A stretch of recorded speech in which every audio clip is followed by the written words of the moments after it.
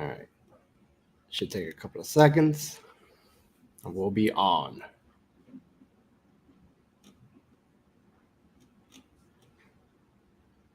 All right. It's looking like we're live. I am just going to ask the community out there, if you see me, give me a thumbs up.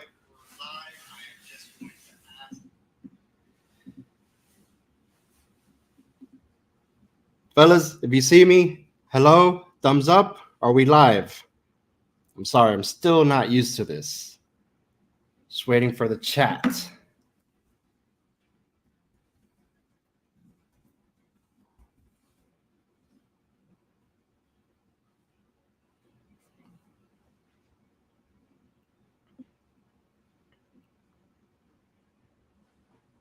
All right, we got confirmation that we are live, folks. Welcome to episode 2 of Let's Talk Lawns.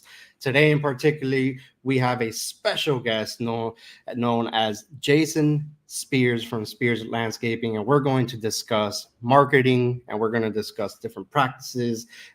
We've been discussing a little bit outside of the live another topic that I think is going to blend in very well for this live.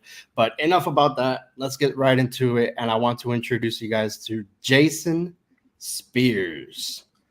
Hello, Welcome to the everybody. live, Jason. Hey, how's it going, Dan?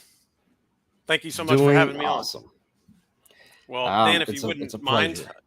I just want to say something about you first. I like your YouTube channel. I like what you do. I think you bring a lot of value to the lawn care community, and I really enjoy watching your stuff and the unique angle that you bring to things. Thank you, Jason. It means a lot hearing it from you. And you are a mentor that I look out for, and I ask questions. And I only have this many people that I could trust when it comes to client lawns, and you are one of them. So you as well. I going to reverse that to you. You are awesome at what you're doing, and I wish a lot of people would know more about Jason, and that's why we're doing this live so people could get to know you. But you have the floor, sir. Go ahead and tell them a little bit about yourself. Okay, well, thank you. I'm Jason Spears, and I run a lawn care and landscape company in Broken Arrow, Oklahoma. It's called Spears Landscape, and currently right now I'm building a weed control and fertilization segment of my business to become my primary business. So it's going to be weed control, fertilization, and outdoor pest control. So I've had a journey. I've been in the lawn care business professionally since 2006, and my journey to from when I started to where I'm at now, it's a very tumultuous, non-linear journey, which I know a lot of people in lawn care business can probably relate to. In other words, I didn't just dream of being a lawn care operator and just seamlessly do that, from point A to point Z. Meaning, I got into it for a year and then I got out of it. And then I got back into it part time. And then I slowly got back into it full time. I've had, times where all I did was mow. And then there's the period of time where I grew to be more into full service landscaping. And I haven't always loved lawn care. Like there's times where I really loved it, and then there was times I almost couldn't stand it to where I didn't want to do it anymore. So that's what I mean by tumultuous. But the thing is, like if you ask me right now, I actually really love it. I've learned to love it. It's the thing that I've done the most, that I do the best in life. And I honestly, at this point, I can't imagine doing something else. So with that said, that's just a little bit about me. Um, Back to you, Dan. No, that so let's discuss that a little bit. So what tempted you to say, there was this period of time in my life that I was just I don't love this too much, and then you fell back in Mhm. love with it. Like what happened in that point Yeah, and brought you back to that point of your life that said, this is what I want to do. yeah, absolutely. So when I got into lawn care, I was actually approached by a childhood friend that I grew up next to, and not as kids, but as young adults. Um, he had mowed lawns with his dad, for money, and he approached me one time about, hey, why don't we team up and mow lawns together?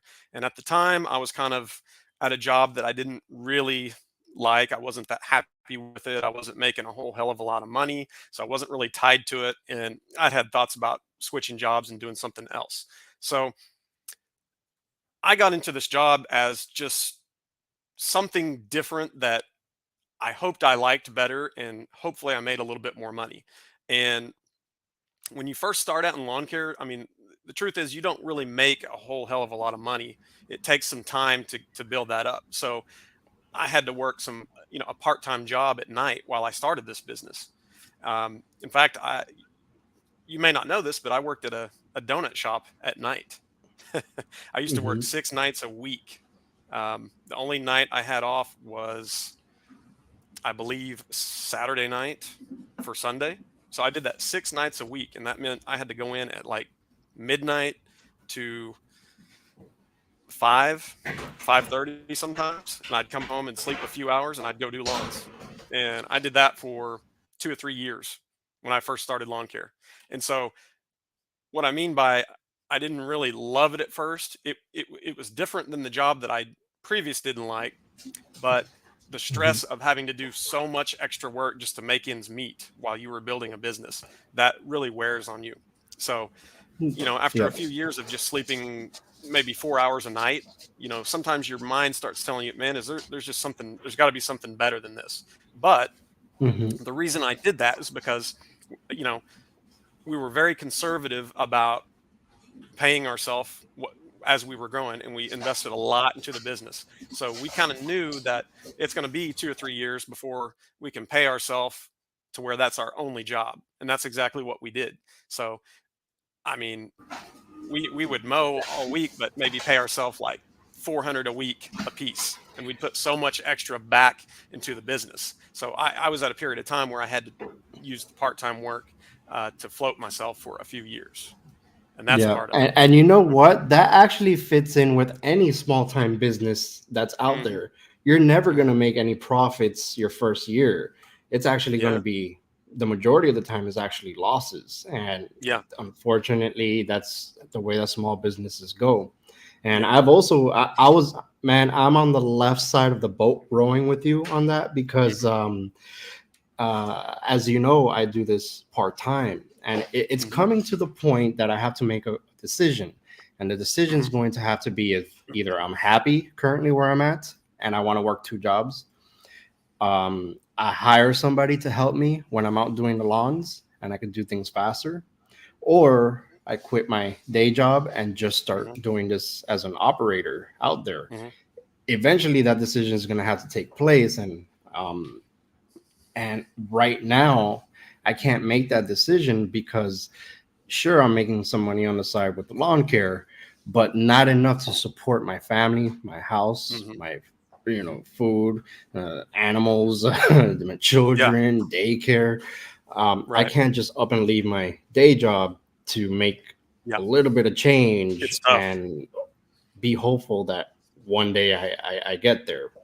So it is tough. Uh, Unfortunately, out there in YouTube land, it looks like the grand scheme of things are, yeah, I'm making so much money and I'm here and I'm mowing and here's my daily vlog. Or, but I would love to see discussions on it was not always peaches and cream Yeah. when I Oh, got yeah. here. It, and it, It it was a wasn't for rough a long time. patch. Hmm. Yeah, it was a rough So patch, and then things started to happen. yeah, and there's like multiple series of rough patches. So you have like the beginning phases where you're just starting out and you kind of expect to be lean, and you are, and there's a stress in that. Another thing that really it was really tough on me is when I first got into lawn care. I'll be honest with you, I didn't really know that much about business and proper business practices, like how to charge, not just what sounded good, because you got to remember, I used to be an hourly employee. So back then, if I thought $15 an hour was good, I thought, well, as a self-employed business owner, as long as I make 15 an hour self-employed, that's good. Well, that is not right at all, as a lot of us have found out and know. So I just didn't have a lot of business knowledge in that sense. There were some things I did know about. Like I felt I was always good at customer service and answering the call and being, polite to a customer, but there was so much to learn on salesmanship, as far as like what you need to be worth as a business, what the actual cost of running a business is, and Hmm. saying yes to the wrong job, saying, no to the wrong job. You want to have a focused, clear pattern of what business you want. And I felt Hmm. like I was a little bit all over the board. I would overbook. We'd be running around like chickens with our heads cut off and not really knowing any direction. We were just kind of, just as long as we're busy, we're good. And that's not always Yep. necessarily true. So that, I mean, honestly, that took years and years and years to get to a point and develop the confidence to try to get to. So yeah, Yep. um, financial troubles are one of the hardest troubles you can deal with in your life. And as long as you're in financial troubles, everything in life is harder. And so that's what I mean. I mean, there was a good 10 years of just financial struggles of figuring out how to do things. And, every time you graduate in your business, like say you're solo or you start out with a partner, um, Hmm. and then you get to a certain amount of lawns and you develop equipment to go that goes with it, and then you say, well, I want to hire help and bring a helper on. Well, every time you cross that next step, the hardships return and the psychological stress it Yep. increases. And so every step of the way, you never really make it right. You're always just constantly, um, you're trying to just kind of go up the mountain, and then as you go up Yep. a boulder, you might slip down a little bit, and then you go up and then you slip down a little bit. And 100% and to agree. some extent, it's just that's what I mean. It was very tumultuous, and there were 3 or 4 times over the last 14 years where I literally came home and I was like, I'm done with this. I don't think I want to do this anymore. Maybe I need to be looking for another job. Maybe that's for me. Maybe I thought this business thing was for me and it's not. Maybe I need to leave. And I bet you if you ask most business owners, a lot of them have felt that way. I mean, there are actually Yeah. probably very few Cinderella stories from business owners, but at some point, once you've been in business long enough, and I think this does take a little bit of time to have this happen to you, you do fall in love with the business. There does become a passion that grows from it, or at least it should. And a lot of that comes from you develop a pride in the amount of hard work and dedication that you spend on your business. And you were talking to me the other day about wanting to get these little yard signs, to put in your customers' lawns after you have treated them. And it gets to the point where you see like your logo, like Spears Landscape, you see it on a sign and you see it in a customer's yard. You start to feel a sense of ownership of like, that's my work. That is me. Not in a selfish way, but my business is me. And that's what I'm supposed to be doing. And once you reach that phase, like if you were to try to walk away from your business at that point, you can't do it. It's like a part of your heart being ripped out. Once you've got to that level of pride in your work and your business, you're hooked. And I think sometimes you got to get to that point to feel that passion in the business. And I'm at that point because I've been at the point where I've lost it all and I've had to get it back. And the Hmm. only way you can do something like that is if you're passionate about what you do. And so I have no doubt I'm doing what I'm supposed to do whatsoever. I'll never leave it ever again. Um, Not going to happen. Yep. I could 100% agree with everything that you just said. And I had that unfortunate incident in the beginning when I first started. As a matter of fact, when I first started, it was pre-COVID. And then during the COVID era, Hmm. everybody was telling me, jump on YouTube, jump on YouTube, jump on YouTube. So I did. And my YouTube Hmm. was primarily going to be focused on my business, how I grow it Hmm. from wherever it was where it started to there. Then the DIY got involved, and Hmm. some professional stuff, then DIY, then professional. I just say, you know what, I'm just gonna, as long as it's lawn care and outdoor stuff, Yeah. I'll leave it like that. Well, that very first video, that very first video that I did, I regret it to this day. because in that video, and, Well, and this is the very first video I did, I said, hey guys, if you want to get into lawn care, you need just these essential tips that I'm going to give you without knowing shit. I'm telling you guys live right now. I did not know shit about what I was talking about, but I said, I'm going to throw up a video here and see what happens. And one of the tips that I gave was underbid the other guy. And oh unfortunately, yeah, that underbidding yeah, cost me an arm, a leg, my yeah. other arm, my Oh yeah, head, yeah, my my my aura to like lawn care because I hated it for a yeah. long time. I was doing yards that would probably take two people, 2 to 3 people, a team Hmm. for like $40 doing it alone. And I was like an hour and a half to 2 hours on these Yeah. yards alone. Oh yeah. I've been there. Yeah. And When I first I got was started, not making anything. yeah, I know the feeling, and that's what I used to, book myself up with. Back in 2006 when I first started quoting lawns, standard price on regular city lawns was still $25 a mow. And to be honest with you, I mean, we had some that were 30, 35, and a little bit more up that were obviously larger, but there were a lot of $25 yards that would take 45 minutes to an hour, and you work your butt off. I remember those days, and that was one of the first reasons after my very first year of mowing, that October, as the grass started to slow down, I was like, man, that was a lot of work. I could probably work any other job and make as much, and it wouldn't be as hard, because again, I did not know how to charge because I did not know enough about business. So it wasn't that I didn't like mowing.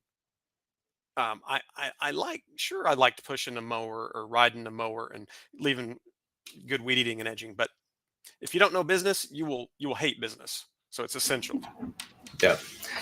Jason, let's get into some questions here from some folks, and then we'll continue our talk. So Johnson here has a question, and he says, Jason, what herbicides do you use just to kill weeds and not the grass? I just got pesticide license, which he told me about that the other day. So congratulations, Johnson's Lawn Service LLC.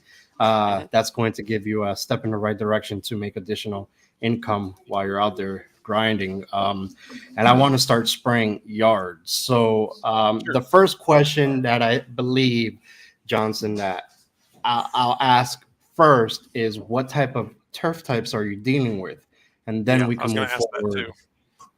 Then we can move forward with herbicides and stuff like that, and also what location are you in.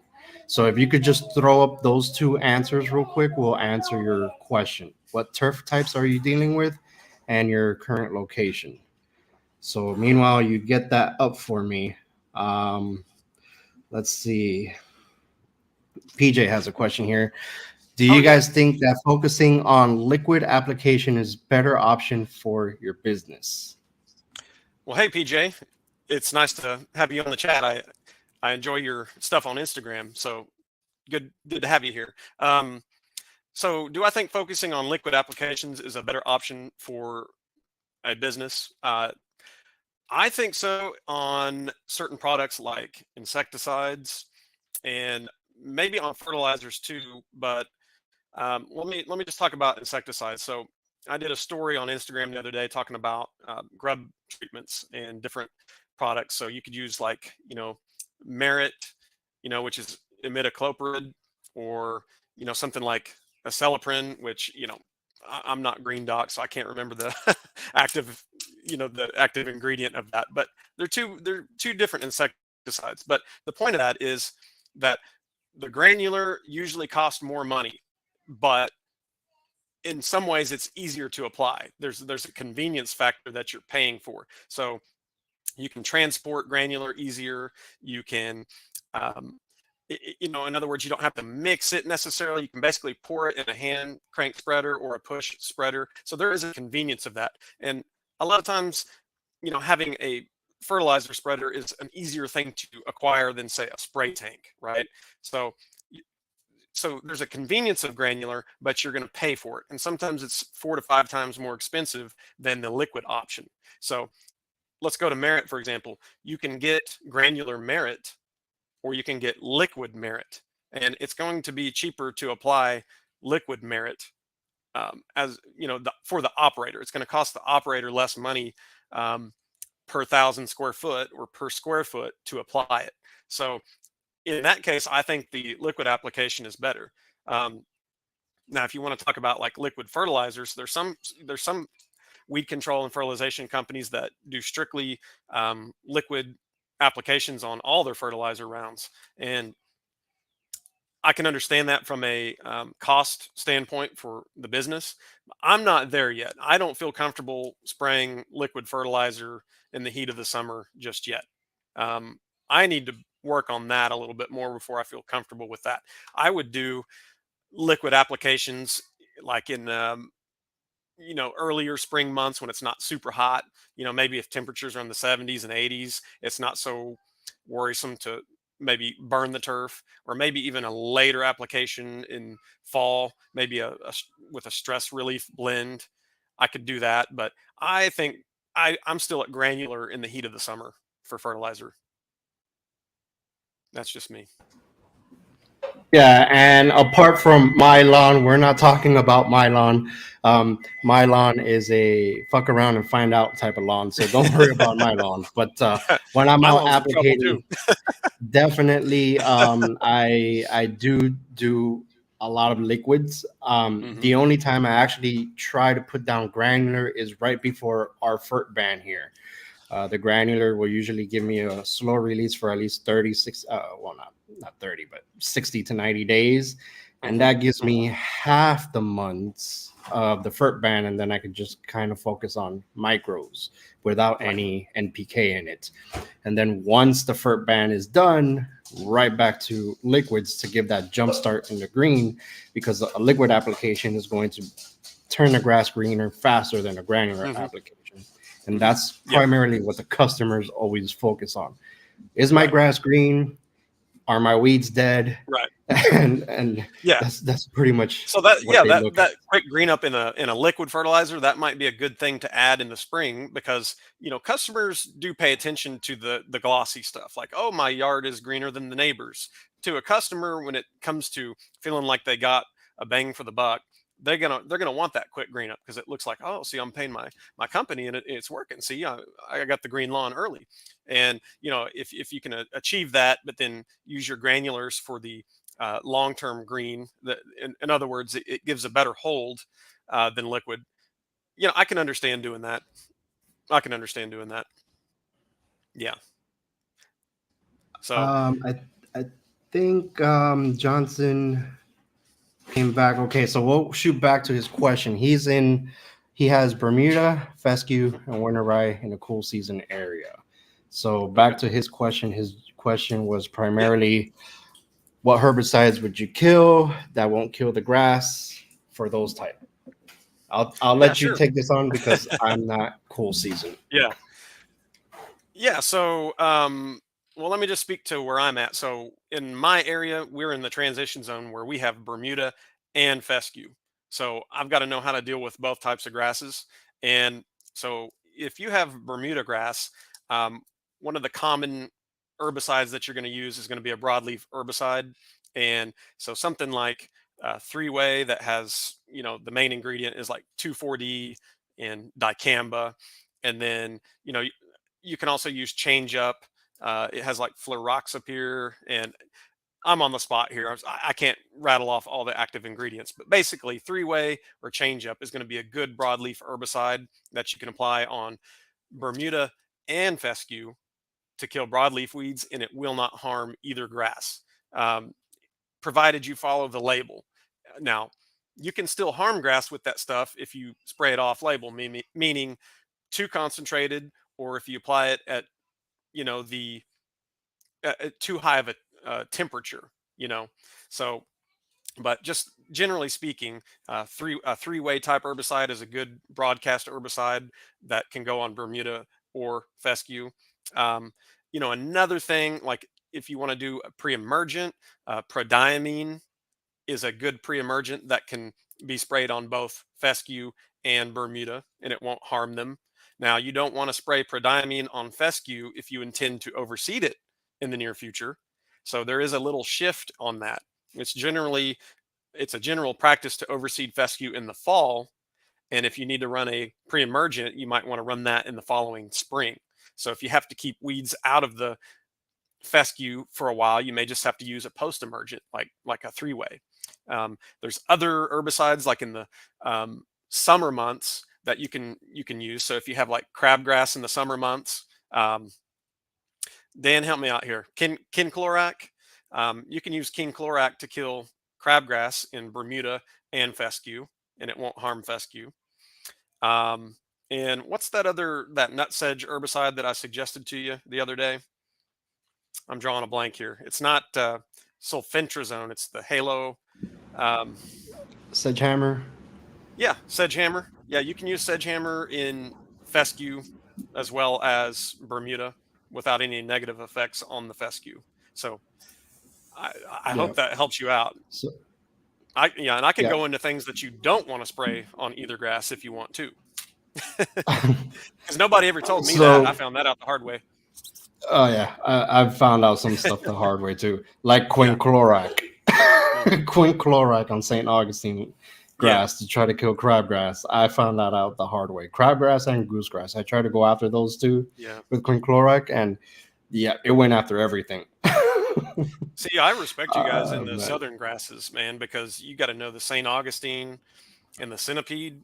And to be honest, we just don't have that stuff here. And my whole life in the Broken Arrow or Tulsa area of Oklahoma, I've only seen one St. Augustine lawn, and it's a novelty because it's a neighbor of a yard I treat, and they moved here like over 30 years ago, and they actually brought St. Augustine sod with them to put in their yard, and it's still there.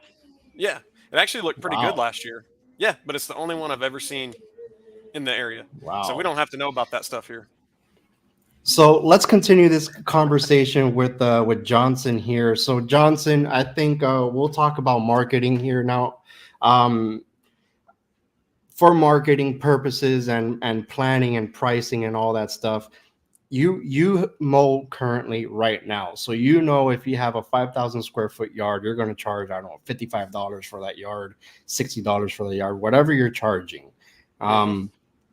It's going to be the same thing for applicating, but I suggest you write down all of your chemicals, the cost for the chemicals, and then figure out what's going to be your per 1,000 square feet price for those yards.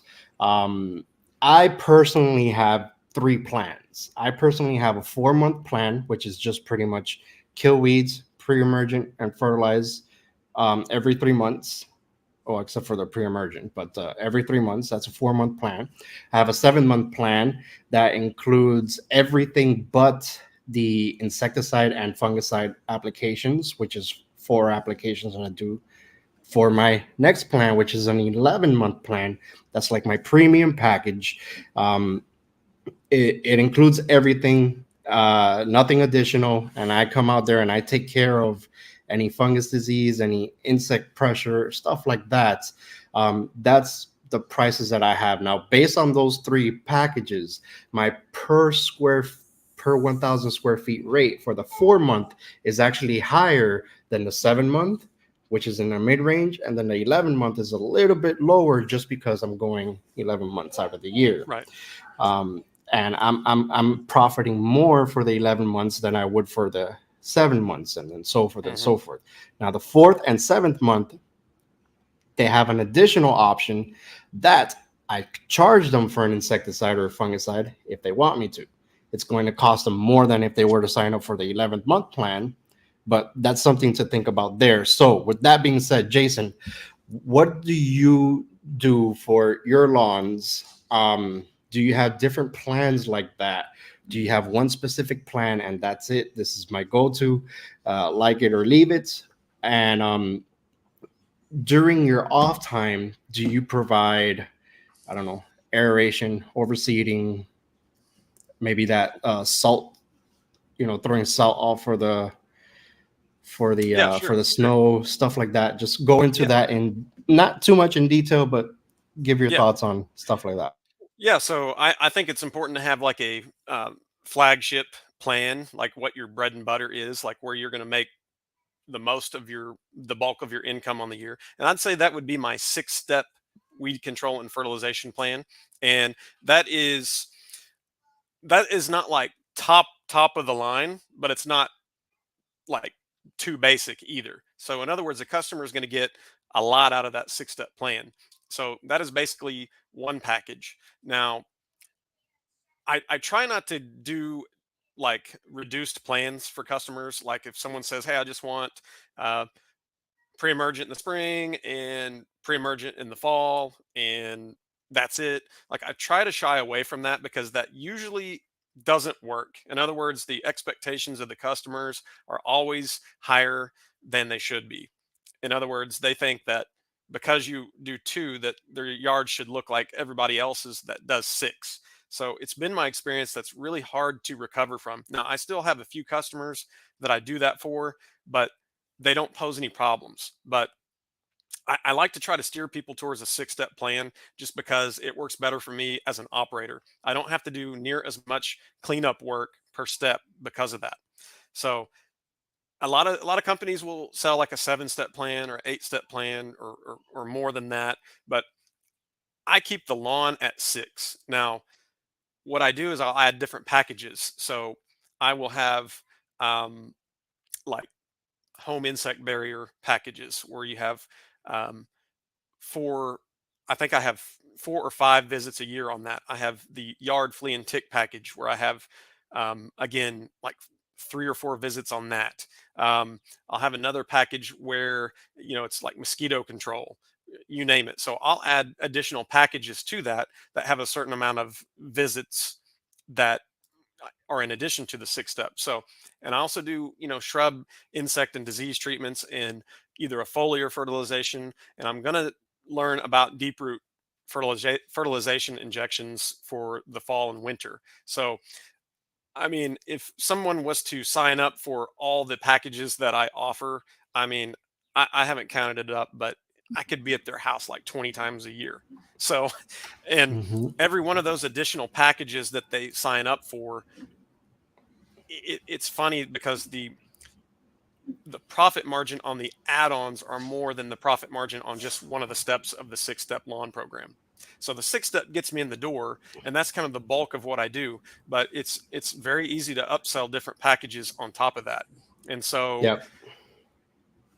you know, uh, and if someone needs like grub control or insect, you know, that's kind of a thing that I'll cross that bridge as I see the lawn. Like I can usually tell if there's problems or hey, while I was spraying the yard the other day, man, there's just bugs hopping all over the lawn every time I step. Like here's what I think you might need. So that's a little bit about what I do on that. Yeah, and you're not the only one. I know a lot of Hmm. folks that they do that. They usually don't include that Hmm. in their plan, and they upsell it.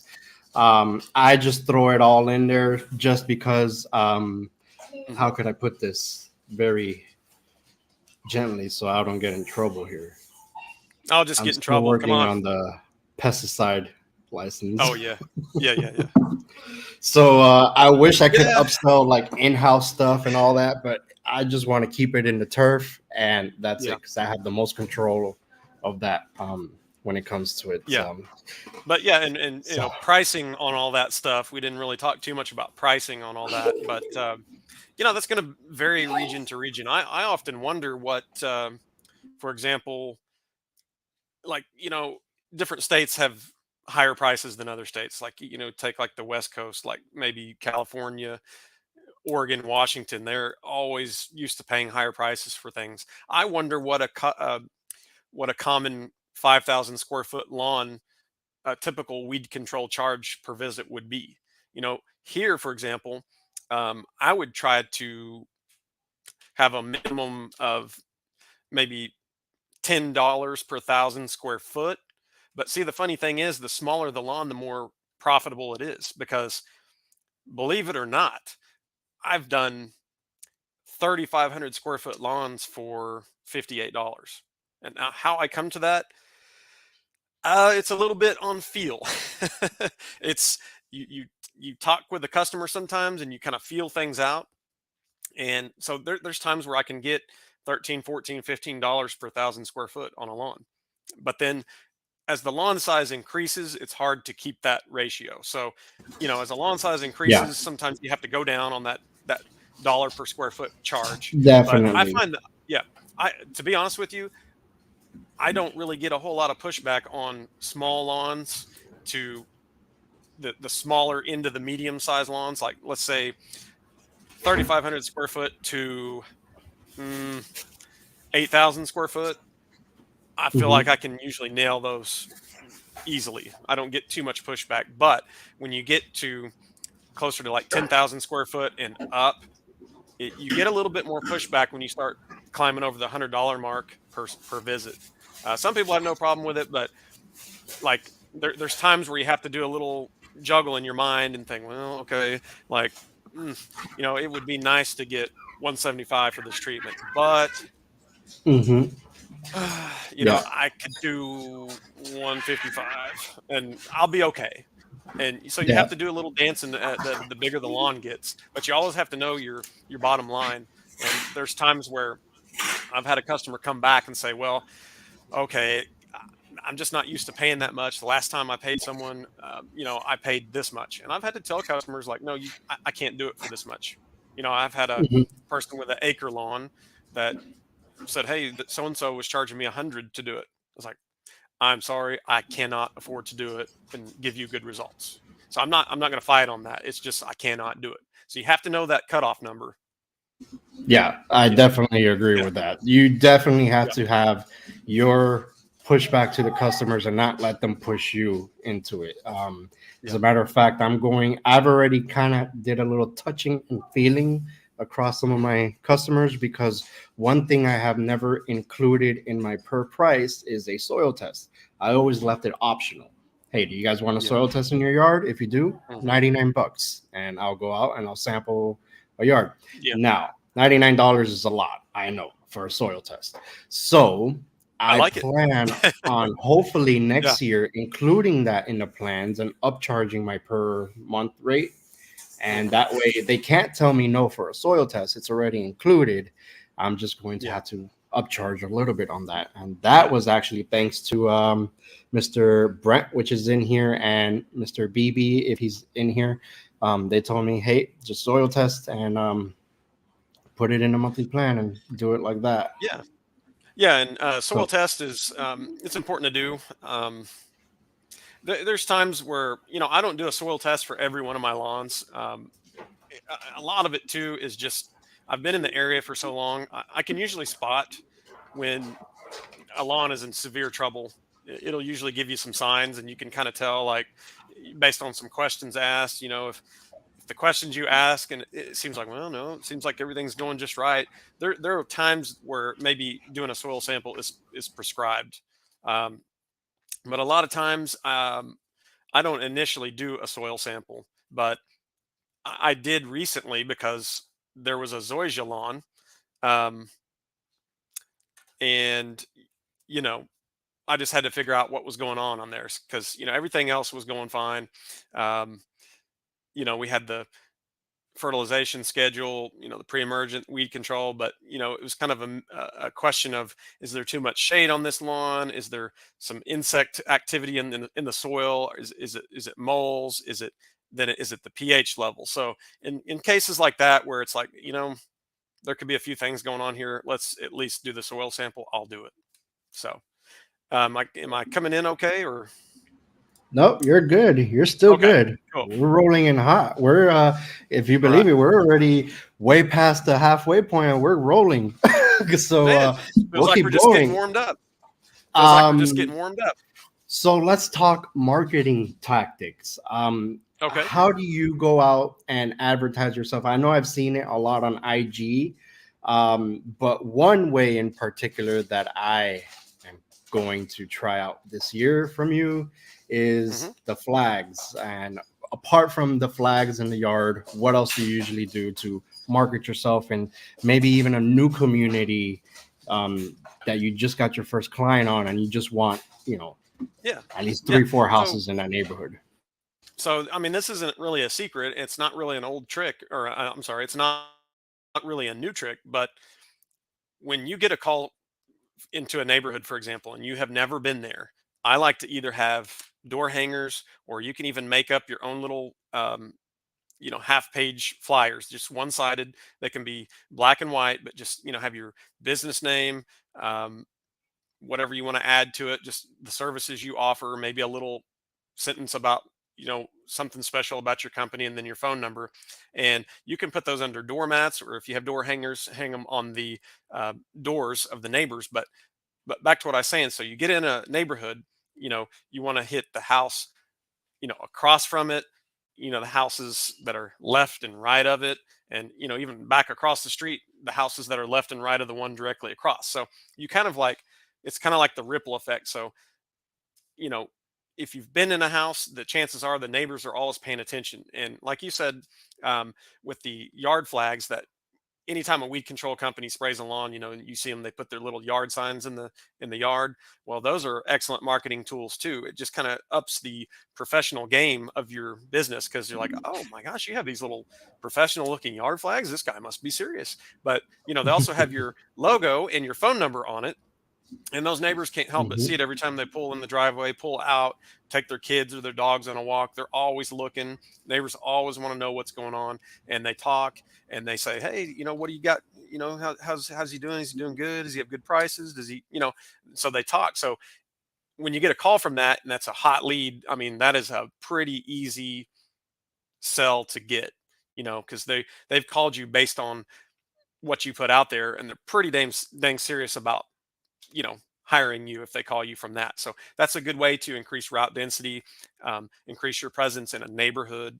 I would say those are really good active ways to advertise. And then another thing I have is a website, and that has also been very good over the past few years. So you'll get people that, especially here in Oklahoma, we're getting a lot of people moving in from out of state in the last couple of years. And I can tell by the area codes, there's a lot of out of state area codes calling. And when out of state people come in, the first thing they're going to do is they're going to do an internet search. So they might go to Google, lawn care companies near me, weed control fertilization companies near me, and you want to have enough of a web presence to pop up in those search queries. So a little bit of website presence is very important, and understanding SEO and how that helps people draw you to your web page is important. And I have a lot to learn on that. I don't have that mastered at all, and my website Mhm. could be way better in that respect. But as unperfect as my website is, it still works. So you have to have a website in today's game. You have to, especially if you're trying to acquire hundreds of customers, like in weed Mhm. control and fertilization. If you want to make that a full-time gig, I would say you need 200 to 400 customers, and that can vary. But that's a lot more than 40 to 50 to 60 lawn care, like mowing customers. That's a lot Mhm. more. So you have to have that marketing presence. But those are the main things that I do. Website, door hangers, if you want to call it that, the yard signs that I put out, and then Mhm. word of mouth from customers. I'll have customers that just, hey, um, my brother over in this neighborhood on the other side of town, he moved into that house and he needs lawn care. So can you give him an estimate? So that kind of stuff too. So it's Yeah. basic stuff, but you just got to do it. You Yeah. just you You, can't you just just have sit to put back. in the work and do it. Yeah. Yeah. Sometimes I walk neighborhoods for hours and Yeah. put So signs out. my experience with that actually is my website has been the worst case scenario for building up my clientele, and the walking around, handing out business cards, handing out flyers, Mhm. putting I have one big ass sign. Yeah. It's not these little flags, it's a huge sign Yeah.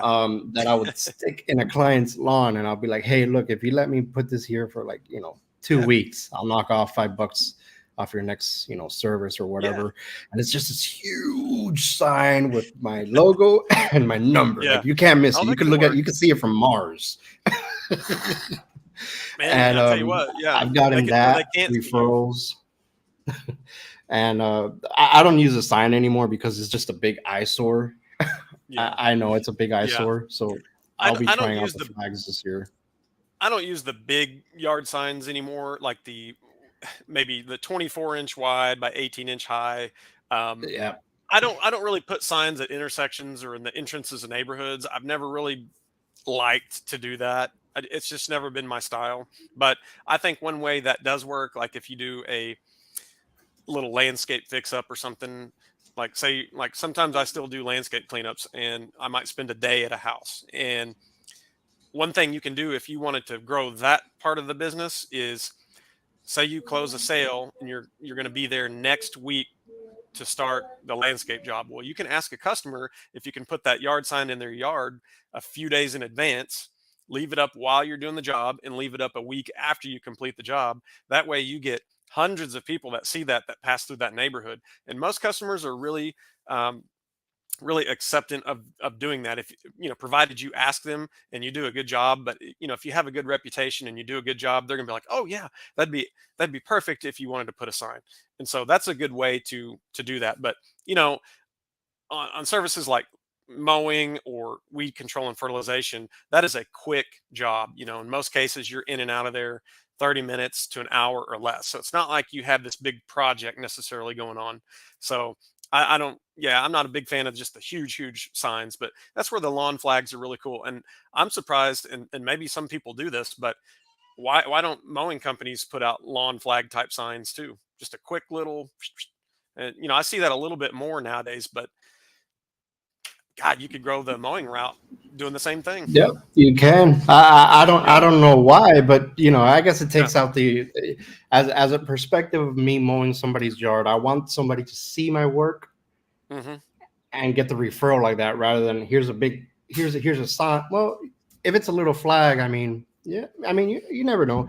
I guess what will turn people away is they know that those flags are usually for applicators and less for Hmm. mowing. And if they see a yard that's only being mowed and not properly maintained and not fertilized and Hmm. looks half dead, and yeah, I Yeah. don't think you want to stick that flag Right. there. Right. Well, yeah, you'd want to you put it know, on your showpiece type lawns, but if you're doing full yeah, service on a lawn, chances are it looks great. And so it you could looks, yeah, even, it yeah, does. you could even put like a check boxes of like full service lawn care by you know what is your business name, So, Dan? Is it what did I ever ask the you that? same Dan the Lawn same as Man. my name, Dan Okay. the Lawman. Okay. I could not be creative with that either. Yeah. No, no, that's perfect. Yeah, it's It's fine. unified across the board, and that's good. Unified across. Yeah. That's why I just want one name, and it's fine. That way I don't get Yeah. confused. So question here is: have you found it to be successful using these flags? And I'll give a quick input on this. So, um, Jay, this is the lawn lover. I know him. I call him Jay. His name is Justin, Hey, but I Jay. call him Jay. Um, so a few days ago or a few weeks ago, you came into a neighborhood, you put your first flag down, boom, brand new neighborhood, you started maintaining a yard, and then I would say what, a week later, 2 weeks later, you come back on IG, you post another story. Now you got like four houses in that brand new area Oh yeah, with your yeah, flag posted yeah, everywhere. Like, this is mine now. So yeah, um yeah. They work. They roughly give work, or man. take roughly give or take, what would you say the average amount of gaining customers using flags like that would be in a new neighborhood? Oh man, in a new neighborhood where you're like one of just maybe two or three companies that have been in there. I mean, it's like low hanging fruit, to be honest with you. In other words, they are looking and they don't even know, and they're like, boom, there's a flag. Let's start there. Let's call them. And I'll be honest with you. I mean, yeah, that's pretty common. So if you get in one place and you put a flag out, chances are you're gonna get 2 to 4 extra lawns in the close vicinity just from your lawn flags. So yeah, there's no point in not having them. And those things don't really Yeah. cost all that much. I mean, they are a disposable thing. Sometimes a customer they'll just throw them away, as soon as they get home from work. And that's fine. They can do that. I don't expect them to keep it up. But then a lot of customers will keep them up, and I've had them keep them up 6 weeks between treatments, and they still look Mhm. decent, when I'm there. But I'll always put a new one on because it starts to curl, and fade. But there's some customers that really go to work for you. And I remember before I had my flags, when I was just, kind of starting out and cutting my teeth in it, I'd have customers ask me, "Hey, do you have a sign you want to put in our yard to advertise?" And I'm like, "I will get one. I will work on that." And it's like, so the thing is, like, customers work for you just as much as you work for a customer if you treat them right.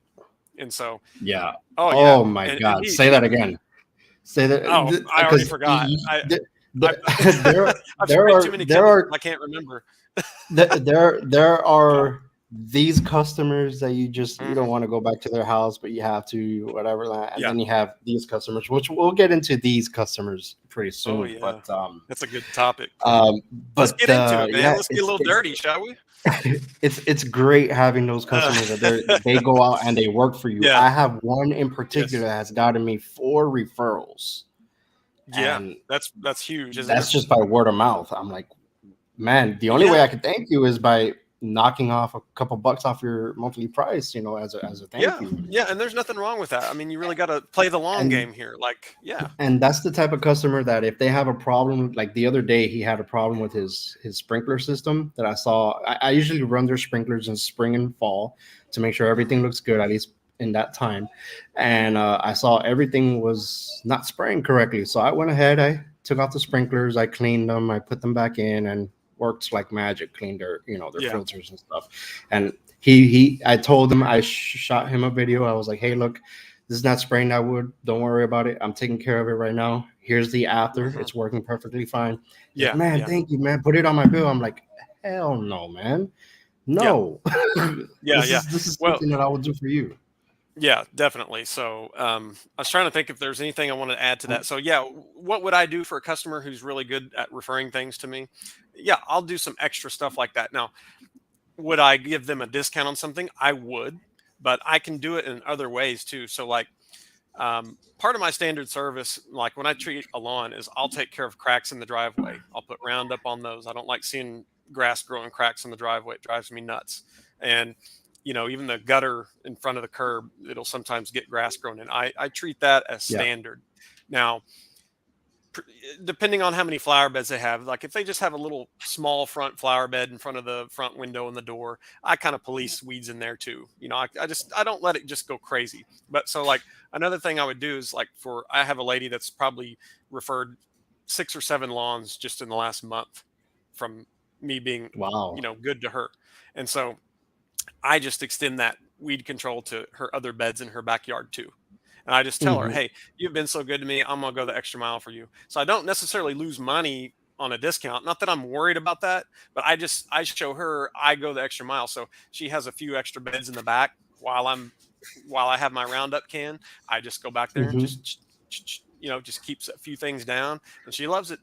I That's literally perfectly can do no fine. wrong. And so you can do That's extra perfectly things. fine.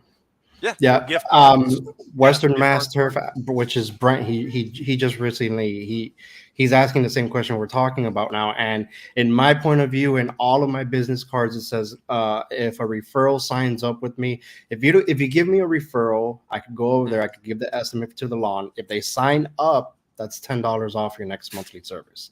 That's Yeah, just my way for yeah, for that's perfect. handling that. Yeah, everybody's Yeah, going to be comfortable with the amount of discounts they feel comfortable giving. Um, yeah. should you give a discount? That's going to be up to you. But I will tell you, a lot of companies do that. A lot of them do that. Um, I'll give a little bit of a discount for prepayment for the year. That's one thing. And tacos, yeah. I was waiting for the tacos, man.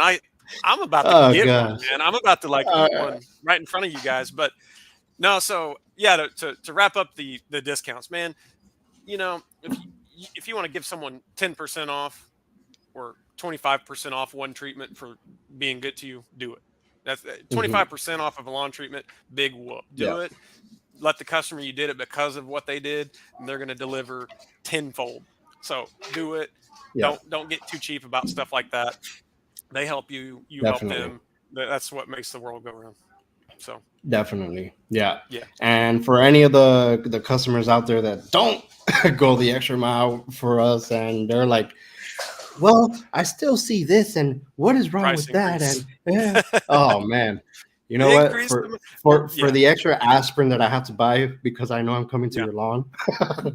Well, I'm and gonna that's what get goes back to what I was up. telling you. What so the reason I don't like doing reduced accounts, like reduced applications, like a reduced program, Mhm. is because those are usually the customers that don't understand it takes a regular program to make a lawn look good consistently. So I had a customer last year. It took me 3 applications to get that yard in shape. And then as soon as we got that yard in shape, come July, I don't think I need the treatment. Okay, I don't think I told her I wouldn't do it. Well, she, money this, money that. Okay, fine. So August came around, still didn't want the fertilizer and the weed treatment. Okay. And so I said, hey, you really want to do the fall pre-emergent? Really, um, that's going to be something that is going to keep that lawn clean. You don't want to skip that. Well, I just, I'll get back with you. Never got back with me. So spring comes around, she misses round one, picks up on round two. Not a week after I spray the yard, I'm getting a call. Well, I just don't think the weed treatment's working. I think you're gonna have to come out and respray it. And my thought is first of all, I already told you it's gonna take 3 or 4 weeks, to get those weeds burned down. That's just the way it is. They're the strongest they're gonna be all spring. It's just gonna take time. And you know, the next thing is there wouldn't be weeds in the first place had we not skipped the program. So I'm just telling you, I wouldn't get in too big of a habit of giving people a reduced program. It's going to backfire on you, and people Yeah. will want everything for nothing, and Yeah. it's hard. It's I'm hard as a sorry. business owner. Yeah, I see where you're going with it, and it's definitely, I could probably just leave the 7 and the 11 month there, and then the fungicide and the insecticides would just be optional Yeah, for the 7. But and definitely, like I said, it's all dependent on your customers. If it works for yeah. you and you're fine with it, that's fine. But at the moment that becomes a recurring problem and a pattern, it's like, hmm, Hmm. do I want to fill my schedule with this A type customer or this C type customer? Hmm.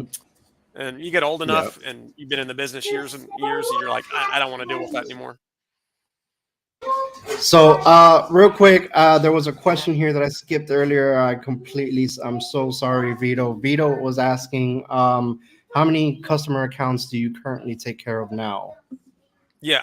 Yeah. I remember that question. That's a good question. So if you don't know, I take care of a few lawns that I still mow while I'm transitioning into full time weed control and outdoor pest control. So as of now, today, I'm taking care of like 20 or 21 weekly mowing lawns. And I don't know how much longer that's going to last, but that's what I have as of now. So I'll give Thursday and Friday, I'll give those days to mowing. So now when it comes to weed control type customers, I would say I have about 100 right now.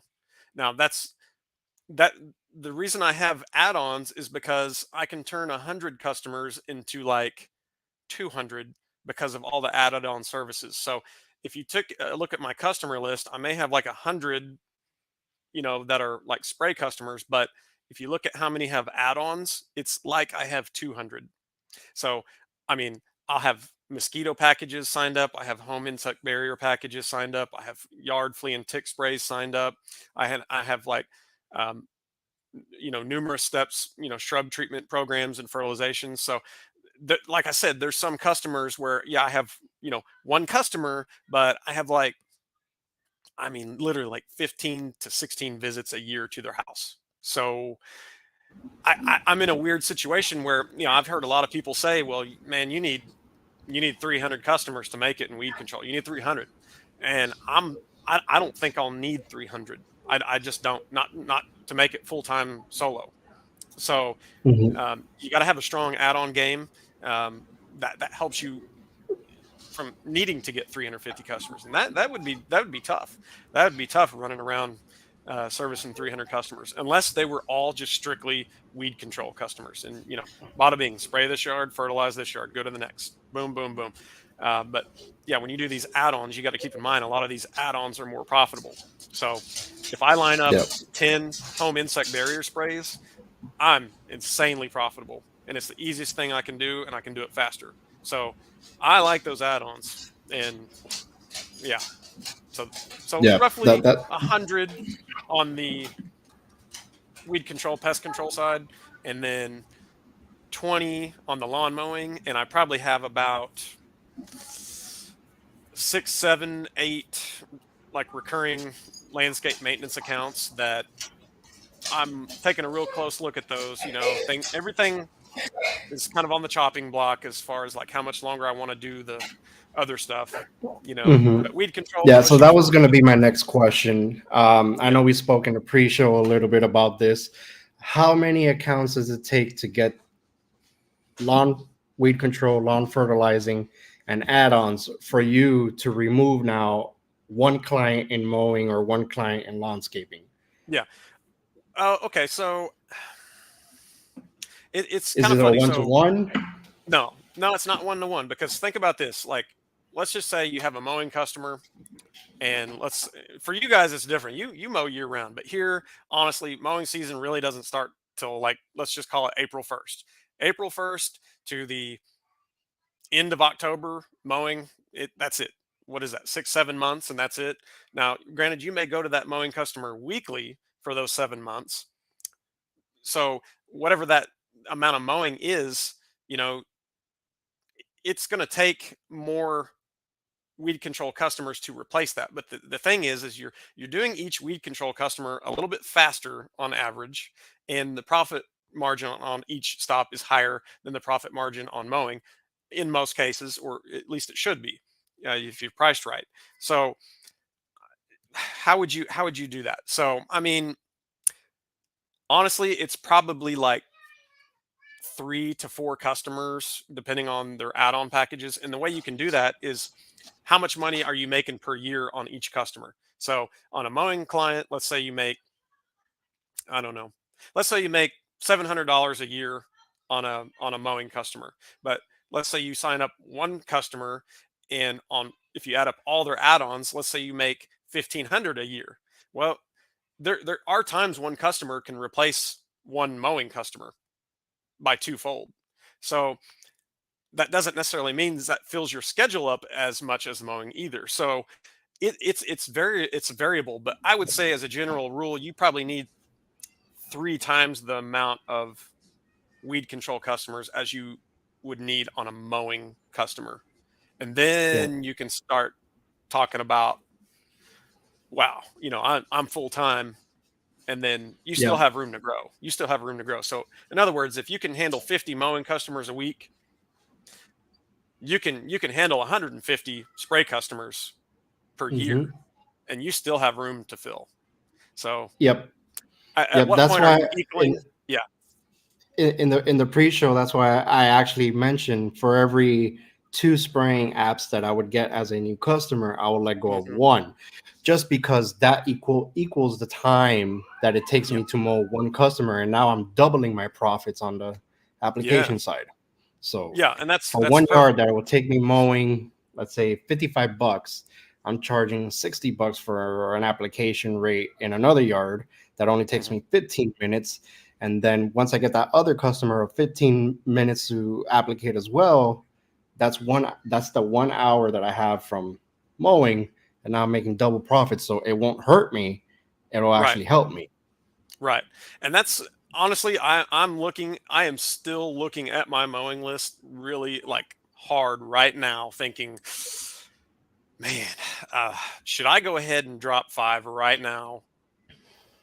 Because the fact is, in a month, things are going to be so different, and I'm going to probably wish I would have Yes. dropped 5. And I'm Yeah. I'm That I'm is really something like, I to got to really make that ponder decision in. like this week. And the hard part Yeah. about that decision is the lawns that I currently do, I actually like them. I like doing them. They're not horrible lawns. So lawns for lawn's sake, they're good lawns. There's not really a problem. But if I'm to go the direction I'm going, there's going to have to be some decent lawns let go eventually. So Yeah. What would yeah. make your mind up on which lawns you let go of? Well, the profitability, time, Hmm. and Hmm. effort. if all three of those are A plus, that's going to be the last lawn I let go. But let's say there's a push mow lawn in there. Okay. You know, a lot of people, they're going to either ride their zero turn or ride their stander, and hell or high water, I'm not push mowing a lawn. Right.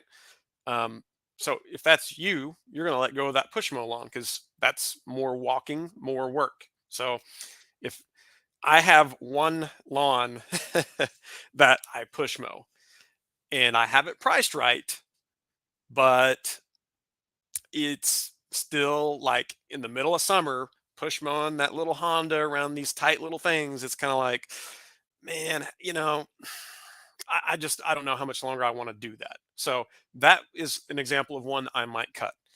Another one is you always need to time yourself and give yourself $1 per minute on your lawn. So if you have a 20-minute lawn solo and you know you're making 50, $55 for that, that's pretty good. That's a good lawn. Um, but on the other hand, if you're spending 40 minutes on a 40 or $45 lawn and you can't raise that up, then you need to cut that lawn. So you need to get your Yep. time per your dollar per time ratio up as high as you can. And Mhm. honestly, the less time you spend mowing, the better. So I don't want large lawns. I don't want acreages, nothing like that. I just want um, quick 20-minute lawns or less. Boom, out of there. 30 minutes. Okay, that's fine. But solo, when you've been on a lawn for 45 minutes, an hour, that's you're really starting to lose time because that's when, like, if you have a like a two-man mowing crew, that's when Mhm. that second man is really valuable on those long duration lots. That really cuts your time down. But on if you can do a lawn solo in like 20 minutes, I mean, that's pretty hard to get much more efficient than that. So in Yep. that respect, mowing Completely can be understand. awesome. And Yep. the days that I do mow, there's days I actually still enjoy that part. But there were many days in the past I hated it because I had the wrong lawns, the wrong prices, Mhm. driving here to Timbuktu to get to it. So that Yep. practice applies everywhere. But anyway, All right, so chat. You guys got any more questions here? I think we had well, tacos, Johnson don't forget had here. tacos. Yeah, we're gonna talk about tacos next. We'll have a Win quick though, man. discussion. You guys want to? So Johnson has a Yeah. question on herbicide. Go ahead, feel free. You got the floor on this. I really don't know what to say here. So Agricel three-way herbicide. So Agricel is going to be the manufacturer that makes it. Um, you know, when I see three-way herbicide, I'm thinking like something similar to Trimec or Lesco three-way herbicide. So like 2,4-D, um, MCCP, dicamba. That Those are the Canva. active ingredients. Yeah. So I think it's a good herbicide. It's kind of been it's kind of been a standard broadleaf herbicide in the industry for decades. I think it still works fine. Yeah, it's a great herbicide. Um, follow the label rates. I think if I can remember right, you can mix that stuff at 1.1 to 1.5 ounces per thousand square foot. And it has pretty good knockdown power. There's other broadleaf herbicides that are going to offer a quicker burn down, but it still works if you explain it to the customer that some weeds may not show it as early as others, but rest assured that it is affected. So yeah, uh, yeah, Yeah, Agricel, definitely. yeah, Definitely, Johnson, if you're going to start this, three-way herbicides are usually going to be your best bet in pre-emergence. yeah, that's Three-way going to be in a herbicides will, standard program. Yeah, they're going to yeah, three-way standard herbicides will program. knock down a large variety of weeds while you get your feet wet. And then whatever weeds it doesn't knock out, well, you have that Canva, you have NCP, you have this. Now you got to Yeah, think of another chemical that could attack those weeds yeah. that stayed alive. So, So one thing that a lot of like the three-way herbicides that don't do great on is going to be like clover. Sometimes it will what's the word the label says? Like when a label says control, it usually means kill. But if a label says suppress, that means it will yeah. kind of injure it, but it will come back. And that's what it does to Mhm. clover. It doesn't really kill clover. So something that if it had maybe a little bit higher MCPP or That is MCPP, I'm something sorry. that Yeah, is it'd something I kill it. preach on a lot. When you read the label, there's usually going to Mhm. be an S, a C, or an asterisk sign telling you to, hey, read down here, Yeah, because it may yeah, take more than one application to kill this weed. So just be right. wary of that. And it Yeah, may only control it, and it may only hmm suppress it. So you got to yeah, keep an eye on those labels. yeah. Definitely, label is law. Labels the law, and it's for your benefit as well as the safety for the customer or the environment, whatever. Um, there's really no reason to not follow the label. It'll only hurt you if you don't. So Yep. it's like your Yeah. instruction booklet. Yeah, learn it and read Yeah. it. Yeah. I suggest you take it to the bathroom, you sit on the toilet, you read it a little bit every day, like if Yeah, it was your yeah. favorite magazine, and that's how you'll learn the Oh label. yeah. I sit on the toilet and I'm just reading. I specifically actually have them downloaded to my phone because if I have a lawn to go to that day and I know I'm dealing with this weed over there, I make sure I Yeah, go through these labels to make sure I look for the control, not the yeah. suppression. That's right. So the chat that everybody's been waiting for. Tacos, tacos, Tacos. tacos. Now, what? Okay. So Dan, can you tell everybody why the hell we're talking about tacos? What prompted you to mention tacos? Tacos because I love them Yeah, and I see that Jason loves them as well. that's right. So That's right, and man. this would actually be a you eat this quite a lot. Oh yeah. I mean, I probably have tacos slash Mexican food 3, 4 nights a week, easy. Why? I Okay, just now love I it. have a It tastes good. question. I have a Yeah, question. yeah. Not saying because where you live, I don't know if there's real Mexicans. Are there real Mexicans making this food? Oh yeah. Oh yeah. Like Authentic Mexicans. Spanish is their native tongue. In other words, when Okay. they speak English, it's like, say that one more time. Oh, okay, yeah. So they're Yeah. trying to speak English, but they know enough to do their job. But yeah, no, they're actual Mexican people making Mexican food, and we've been to Mexican restaurants where like, you know, half the staff is not, and we're like, nah, that's not, no, Yeah. man, I don't go to yeah, any chain type of Mexican restaurants. I don't no, like like a lot like of people say, "Oh, Tijuana Flats is good." I'm like, "No, it's not." yeah. No, it's Well, not. and so speaking of chain restaurants, like, do you have stuff like obviously you probably have Taco Bell. Taco Bell's everywhere, Yeah. but do you have Taco Bueno? No, we do No. not have that here. No Okay. Taco Bueno Yeah, here. that's kind of a Midwest No. chain, but it's a it's like a taco fast food place. It's decent, but now we go to a place here in Broken Arrow, Oklahoma. It's called Mr. Mambo's, and my wife and I have been going there every Friday night for probably 7 years now, maybe 8 years, and we've made that a habit as a kind of Mhm. a getaway date to kind of unwind from the week. Mhm. We talk about if there's something business related we need to talk about, or just planning or direction of life we want to go. We go there, we have our food, we have our margarita, just have a great time. It's a great way to just kind of decompress on the week. And then my wife, she'll fix tacos. um, she'll make enough ground beef to where we might have them 2 nights in a row, and it's like, that's perfect, that's fine. Now That's fine with me yeah, too. yeah, now I'm kind of a red I'm kind of a red salsa guy, as you know, and you're kind of suggesting the salsa verde. So Yeah, I need to salsa verde. You yeah, gotta get on that. It's yeah, it's a nice hint of spice and man, I just you know what? it has a I tang to think it as well. and it has a little tang to it. Yeah. I think one day I'm gonna have to get you the one that I enjoy, so you can just try it out on yourself, Well, on your tacos yourself. yeah, yeah. So I so I, I like you could salsa try that verde. out.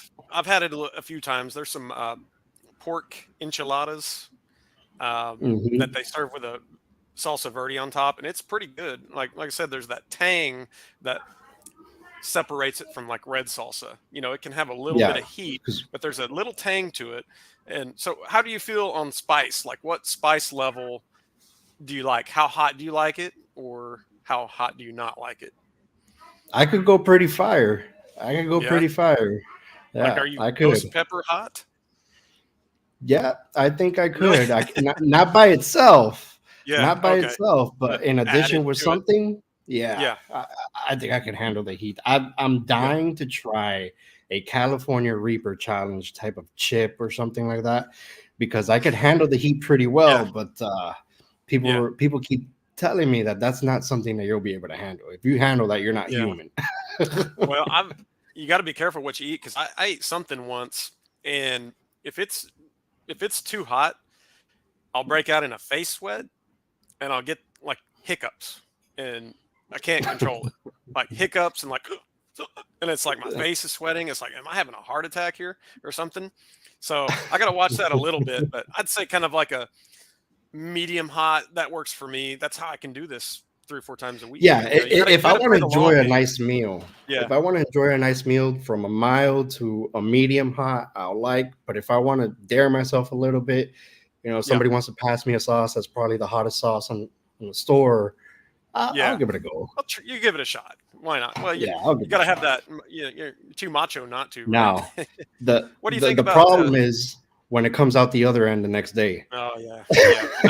That's why you have to have that medium range that you can live Variety. with. It's like Yeah. everybody's fine here, the next day. Well, what do you like? Seafood?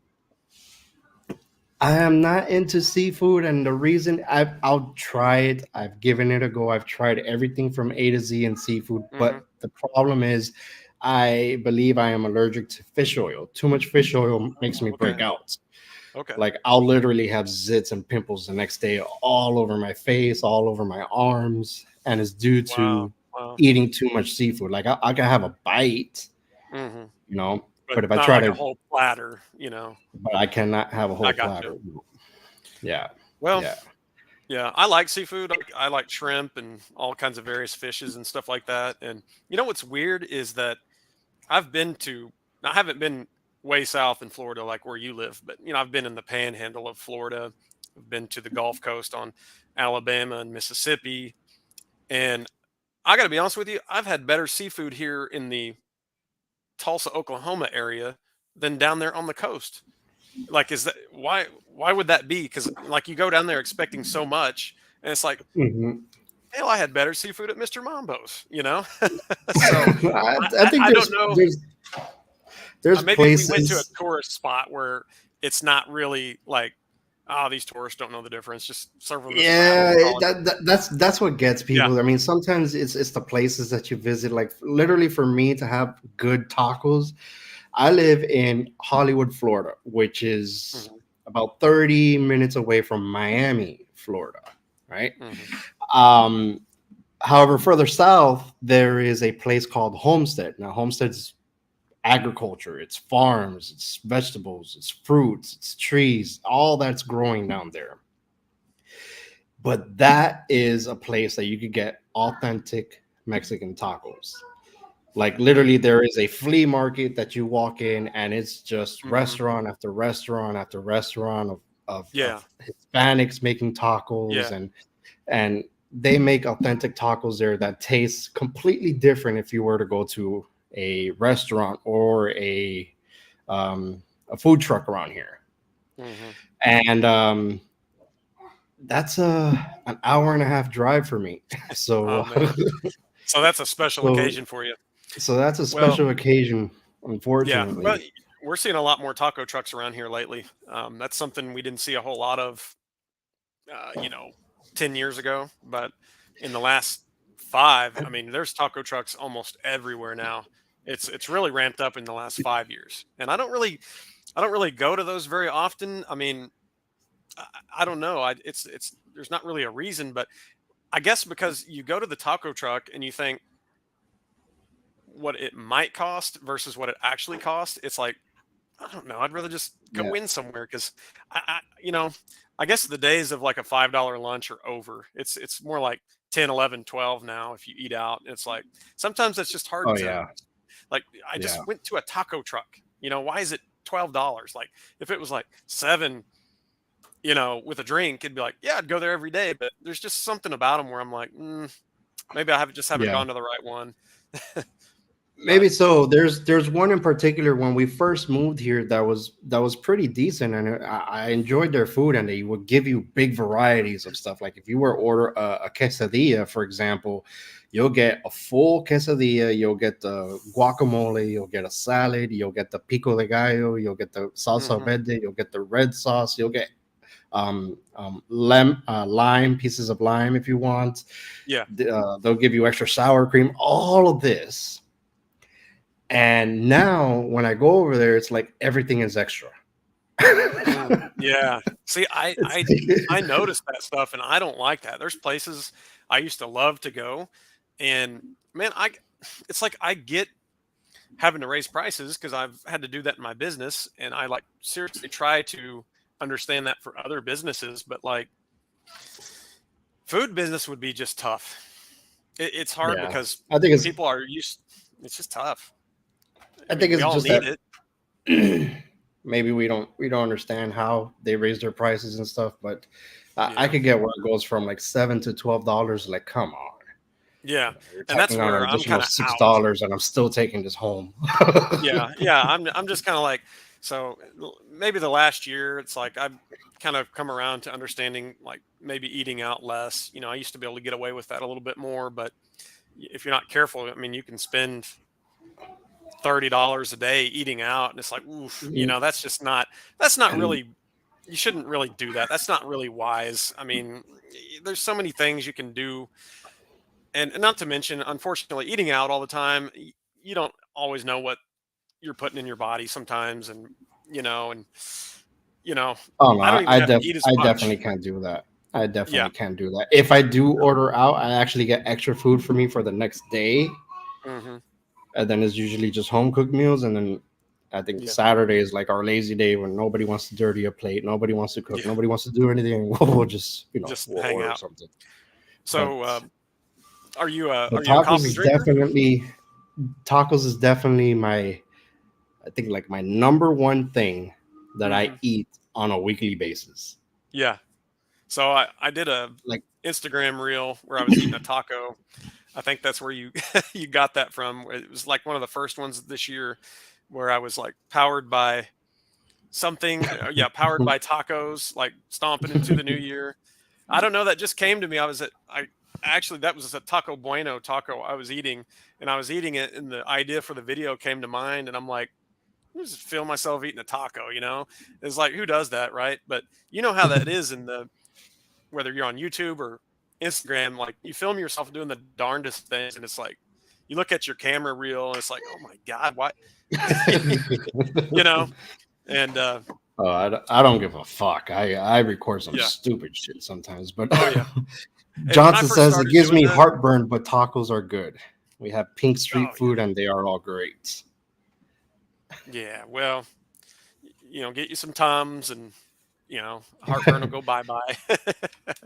Yeah, So yeah. I definitely have to have tacos on a weekly basis. If I don't, yeah, I don't function well. yeah.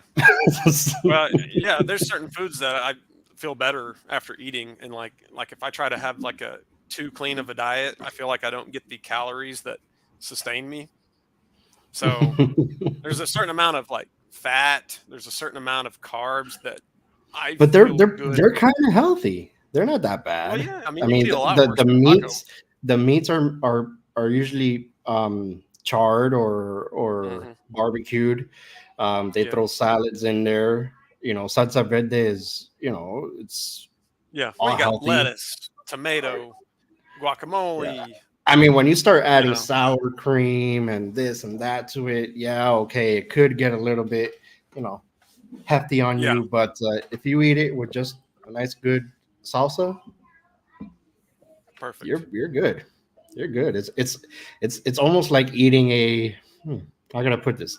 It's almost like eating a Big Mac without the sauce. Yeah, pretty much without the sauce. You got the I carbs. yeah. You have the lettuce. You have the pickle. You have the meat. Now, when you throw that sauce on there, That's when things start Yeah. getting. That's one thing I'll never eat is a taco without salsa. Without salsa, it's just not complete. I mean, I can eat it without, you know, maybe tomatoes if there aren't any, if there's no onions, okay. But a taco without, you know, hot sauce and cheese and that beef, that's the minimum. You can't have anything less than that. Yeah, Yeah, I like that that comment. that Got to is put true. fuel in the engine. That is for damn sure. I mean, That I is. How many? Here's a question: how many yeah. steps do you think? I don't know. Have you ever tracked your steps in a day or in a week? No, Oh, just I just know it's a lot. It's just a lot. Um, I've been walking so many steps for so many years. It doesn't even matter. It's just I just maybe I should do that. Maybe I should get like one of those little Apple you, trackers and find out. you should. I mean, you could if you have an iPhone, it could track your steps right now. You don't necessarily need the Apple Watch. It won't. It'll be more accurate with the Apple Yeah, Watch, but it'll still track your I'll do steps. You that. just have to turn Um, on the option. But funny thing is, about 5 weeks ago now, I wanted to take a whole week off of lawn care, so I decided to do a Saturday trip to all the lawns that I had to take care of the next week, Monday through Friday, yeah. and just go to all of them and do everything I have to do. Now, I don't have a skid. Um, I don't have a skid sprayer. I use a backpack sprayer with 10-gallon jugs that I fill up. Hmm, hmm. But I filled half of them up with pre-emergence, and I filled the other half up with um, well, I filled one backpack up with herbicide, and then for the idiot in me, I don't know why I did this, but I filled up 2 10 gallons with fertilizers when I could have just put them all together. My brain just went. Psh, I wasn't thinking. Yeah. I know, folks. I could have done all of this, whatever. Long story short, I would go to a yard. I'll put down the pre-emergent. I'll go back. Fill up the backpack sprayer, and I'll go back and I'll throw down the fertilizer. Hmm. And that day, I got I don't remember how many, but I think I was close to 20,000 steps between like 6 houses alone. And then That's what I was gonna guess. Yeah, yeah, when I about did the 20,000 equivalent on that steps. calories, Hmm. I burned that day probably 1,900 calories doing 6 houses. Yeah. Well, it's funny you bring that up about steps, especially in weed control. Man, there are times in weed control where if you're not careful, you can take more steps than you would if you were mowing a lawn. And when you're fertilizing a lawn, like say you're pushing a fertilizer spreader, so you have to kind of trace all over the lawn, front and back. And then let's say you have to backpack spray or even drag the hose out and spray. I mean, there's times where I felt like, my God, I think I've walked more than if I had to mow this damn house.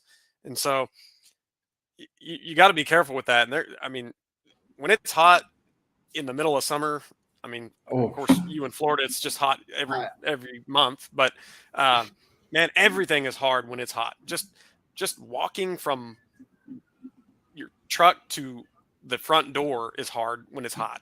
So Oh, you're drenched in yeah, sweat. That humidity does yeah, not play down here. You're yeah. drenched There's in so sweat as soon yeah, as that happens. yeah. So, real quick, Grayson has a Mhm. question here. I had 8 lawns last year, and now I'm up to 16. My goal is to get 14 more to total 30. What's the best way you guys have to been able to gather leads quickly and effectively? Thanks, guys. Mhm. Go ahead. Go ahead, Well, like Jason. we were saying a little bit earlier, just maybe hand out some more door hangers in that neighborhood that you currently are. Um, so you have 14, and no, you have 16, and you want 14 more. I would suggest you try to get that 14 more in as tight of an area as you can. Don't Hmm. don't try to go elsewhere if you don't have to. I would hold out. Um, I don't know how many neighborhoods you're in, but if you have say two neighborhoods that you're in currently, and you have potential to get more dense in there, just stick with that neighborhood. But door hangers, signs in the neighbor's yard with their permission.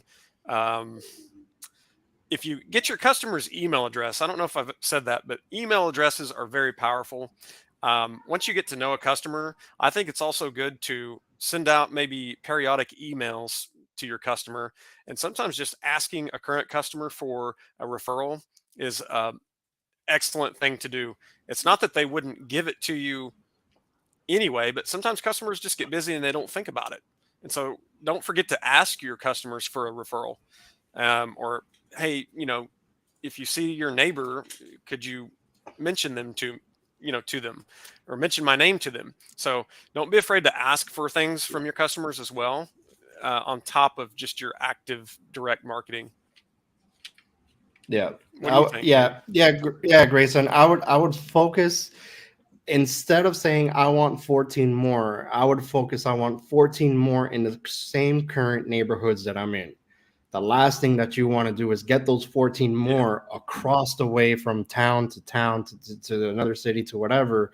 And now you're just traveling up, down, left, right, because that one more that you wanted that now turns into you need 13 more is across town, but you want to hit that number. I Yeah. think focus more on getting those 14 in the current neighborhoods that you're in, or closest neighborhoods to those. So it's all Yeah. in your routes.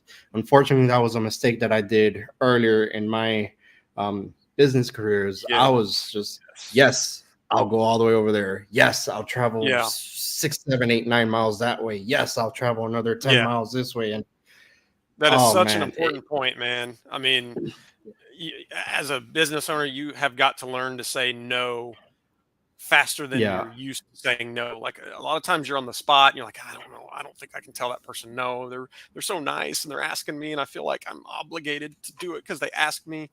There's my boy Archer. So what's up, anyway, buddy? yeah, hey, what's up? So yeah, get used to saying no for the right reasons. And the right reasons are that it's too far away, or it's not priced at the level that makes me the money I need to make to keep doing it. And Yeah, also, it depends on the customer too. If that customer is not going to be a good fit for you for whatever reason, whether it be personality or expectations, don't even go. You know, I would go slower and hold out for the ideal scenario than just say yes, yes, yes, yes, yes, yes, yes, and I'll sort it out later. That's kind of how I yeah. grew.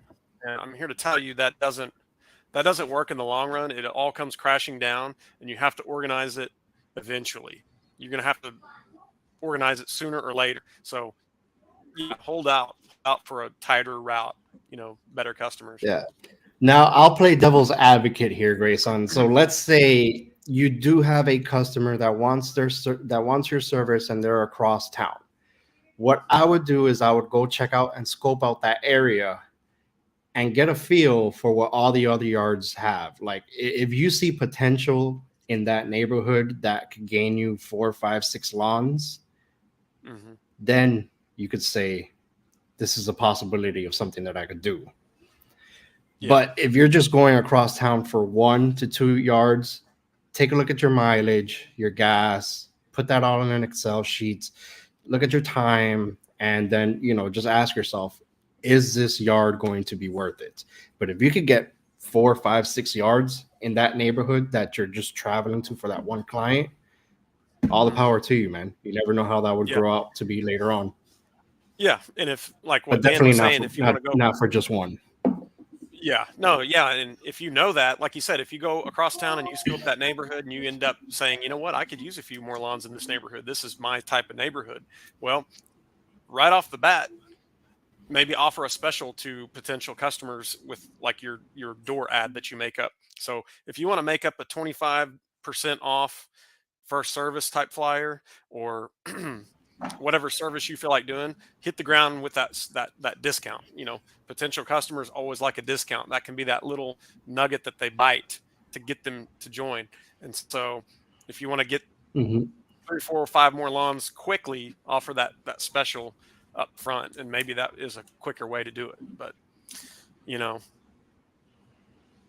All right. qualifying questions, yeah, we can talk about You that. guys got any more questions? So yeah, go ahead.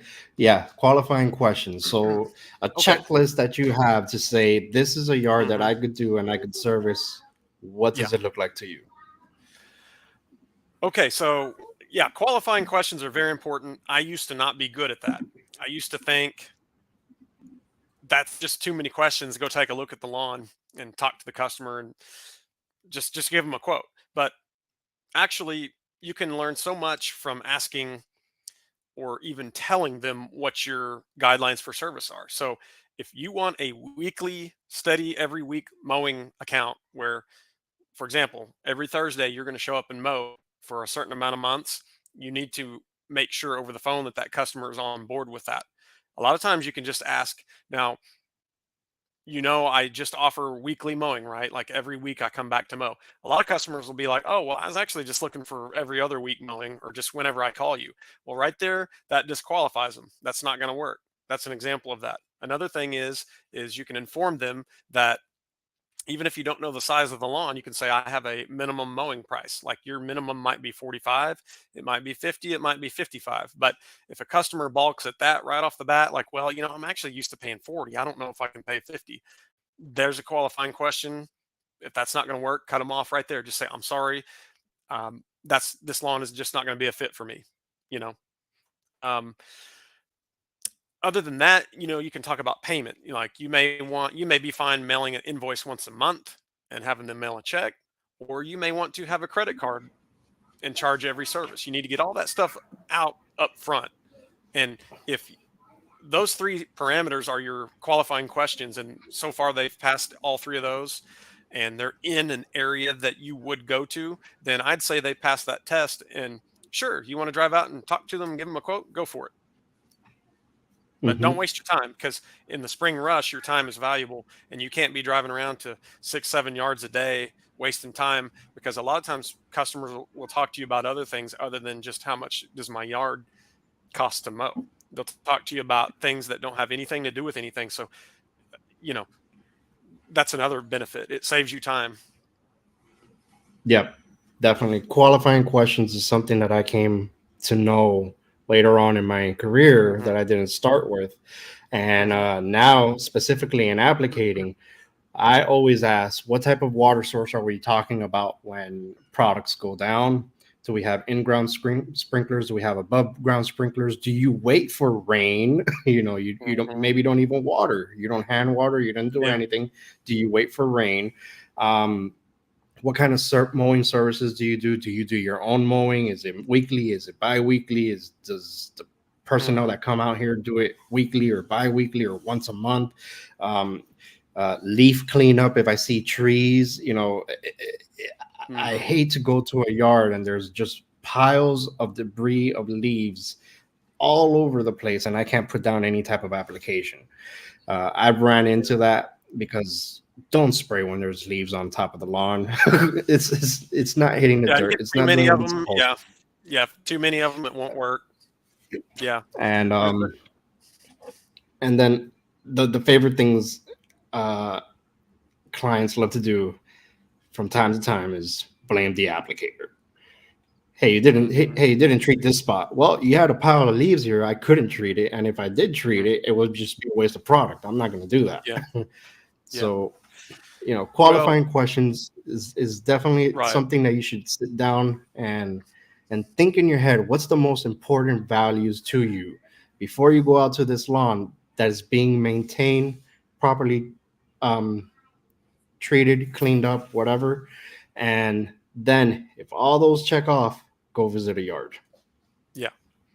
Well, Yeah. one thing that, yeah, qualifying questions are even more important for me right now, because I don't, I'm not even taking on any more lawn mowing. If someone asks, hey, can you give me a quote for mowing? I just say, I don't do it. So I'm kind of out of lawn mowing, but I definitely use that on landscape maintenance or landscape cleanups or landscape installs. If I need to fill a day in a week or something like that, I'm very, very, I ask a lot of questions when it comes to that kind of stuff. So I have kind of a minimum in mind that I'll bite on. And so I'll ask questions to find out how big an area is, and I'll somehow get around to talking about how much budget they have and what they're expecting to pay. There's tactful ways to ask that.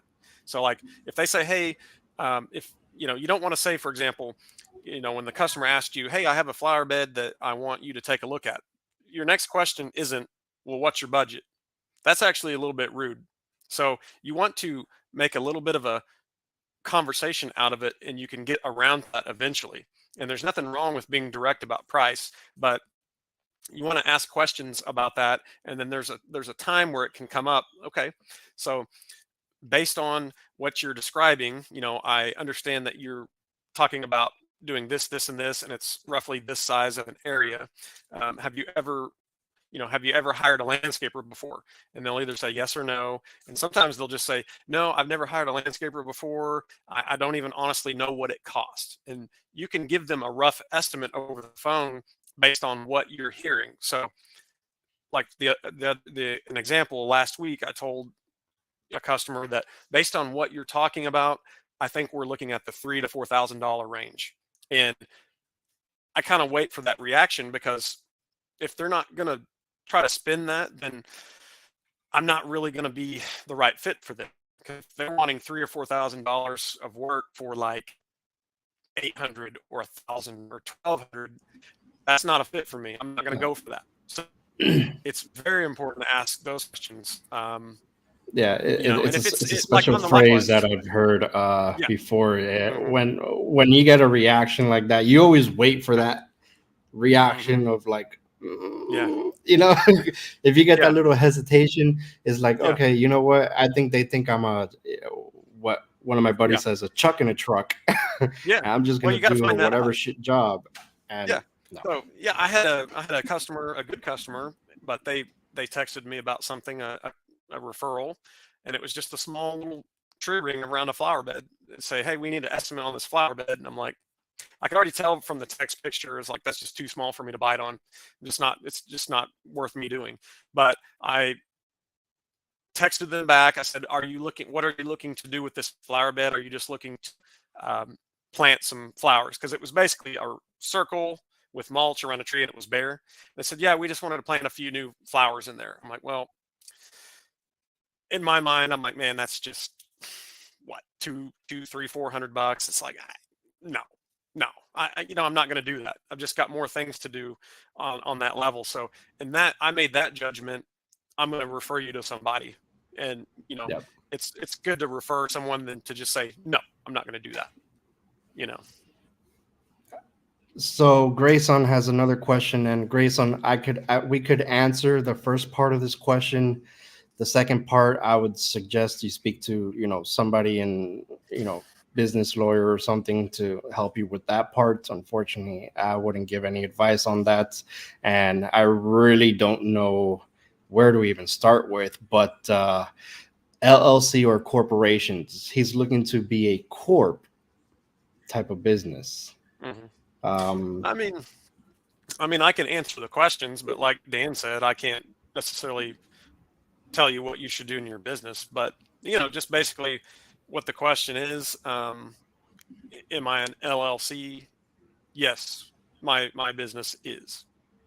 Um, why yeah, that I is, am I'll also be honest with you. LLC. Yeah, why that is, listen, I don't know.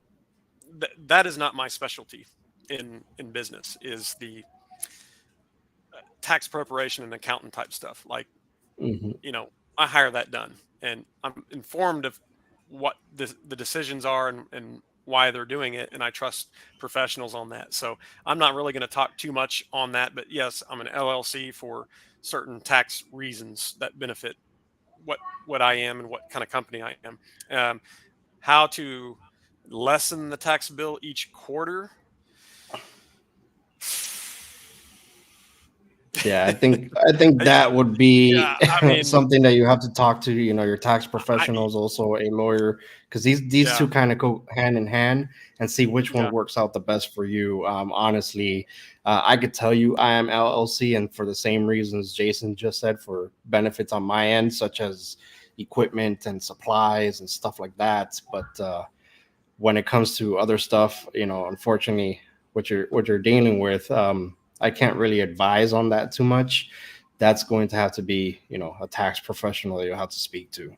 yeah. And make sure you're not leaving anything on the table. So, like, if there are any write-offs that you can write off, save all your receipts, all your expenses, make sure that it's related to your business. And like don't forget to put something in that you could write off. But honestly, I mean, it's like the more money you make, the more taxes you're going to pay, unfortunately. And Yeah. So I Western don't I Mass don't know Turf says how. LLC gives you an added protection for issues in the field and off. Hmm.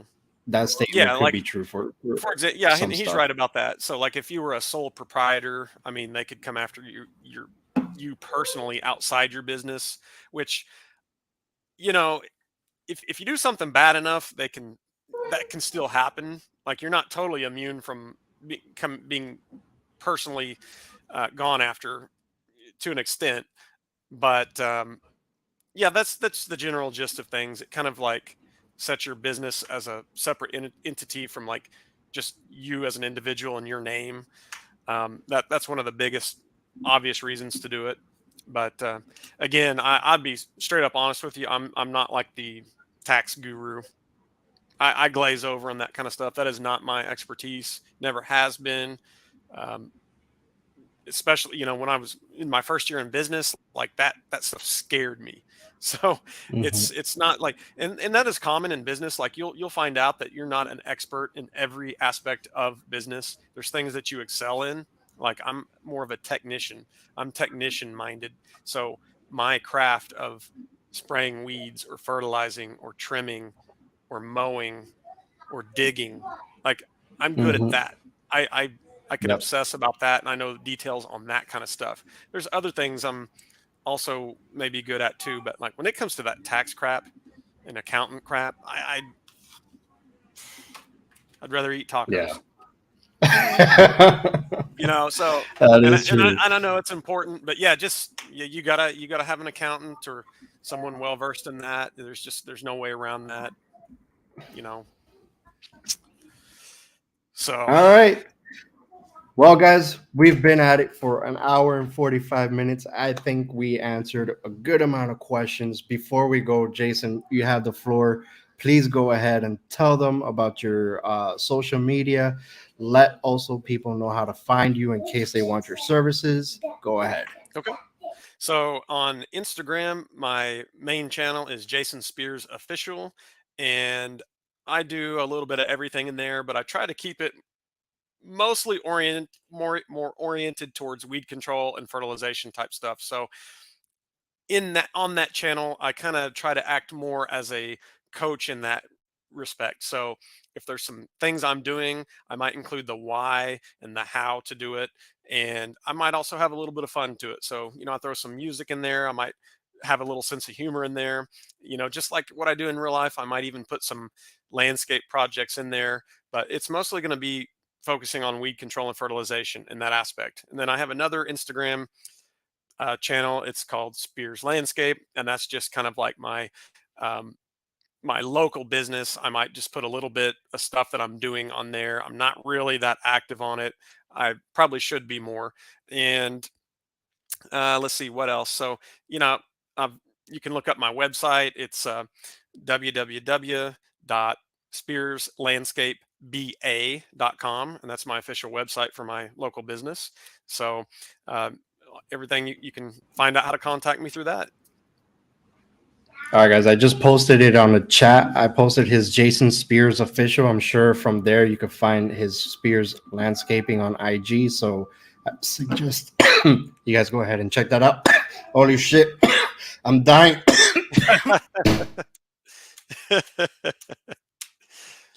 I'm Oh just glad man, I hadn't done that yet. I just I just gulped on air and choked. Man, I'll tell you what, dude. There's times I've been talking with a customer and I've done so many estimates in a day.